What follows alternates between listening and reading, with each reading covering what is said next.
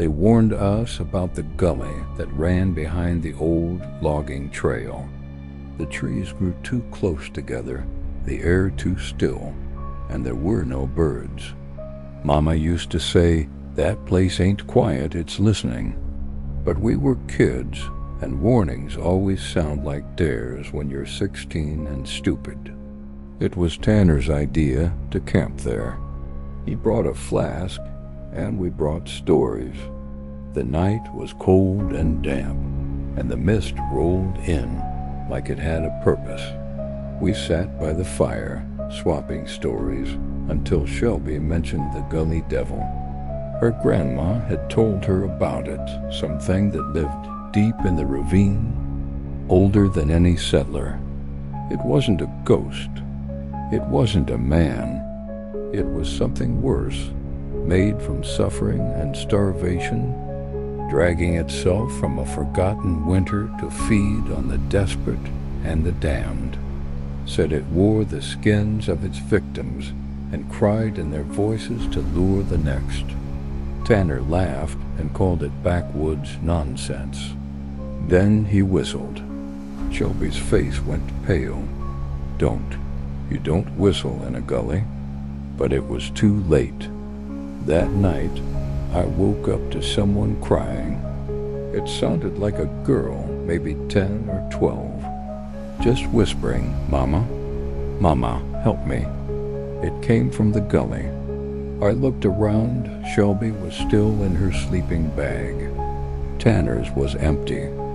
I followed the sound. The trees closed in fast. The firelight faded behind me.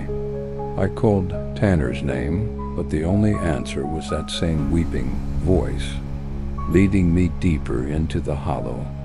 I found him at the bottom of the gully, or what was left of him.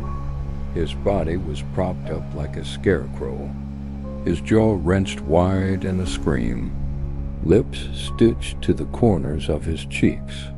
His eyes were gone, sockets black and wet. His chest was flayed open, his heart missing. Around his neck hung a necklace made of bones, small ones, like fingers. I tried to run, but then I heard it, the laughter, low, ragged, and not quite human.